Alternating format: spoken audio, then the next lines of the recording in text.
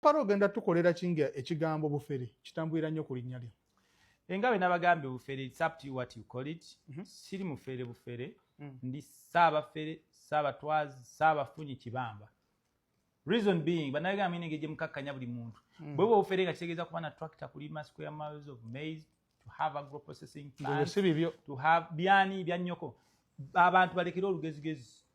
Gwe nawe genda ofune ebitali bibyo. Okitegeera abantu balina olugezigezi, abantu bakola ate mulina kye mukola ki? Muli awo mulina munyangato buli kaseera, abantu mulina okubeera nga mu following abo abantu abalina kye bakoze. Naye oba ovuma be balonzi baate. Oli mu kusaba obululu. Sisaba kalulu seetonda seegayirira. Njogera bigambo bya mukulembeze buli awulira nti akoye, a leader should be serious. I am not here to please anyone, but to do the right thing for the development and betterment of our people.